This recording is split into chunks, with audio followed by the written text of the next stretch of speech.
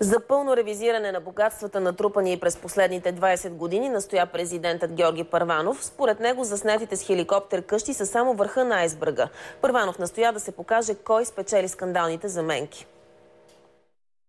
Една здрава държава не би трябвало да установява незаконните имоти на богатите хора по въздуха, заяви Георги Първанов. Според него е важно да се направи цялостна ревизия на периода на прехода. Нека да видим и затова не е необходимо да правим обиколки с вертолетите, да видим кой как спечели фабриките, как спечели банките, да видим големите заменки, защото тази тема някакси беше потулена.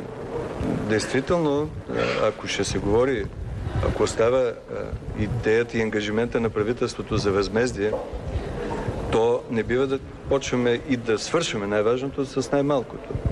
С къщите на някои от тези хора. Президентът апелира волята за реформи в здравната и социална сфера да се реализира с бързи и конкретни действия и даде пример с Западна Европа, където кризата се използва за преструктуриране първо на икономиката. Аз опасявам, че при нас ще стане точно обратното, че ние ще се оставим на течението и вместо да скъсим дистанцията, така както се надявахме и така както апелирахме преди една година, тази дистанция между нас и европейските сили може да се увеличи. България трябва да постави ударение върху социалната страна на кризата, допълни Георги Първанов. Днес той бе в Харманли, за да открие нов културен дом, построен с пари от Софийския буклук, който градът прие миналата година.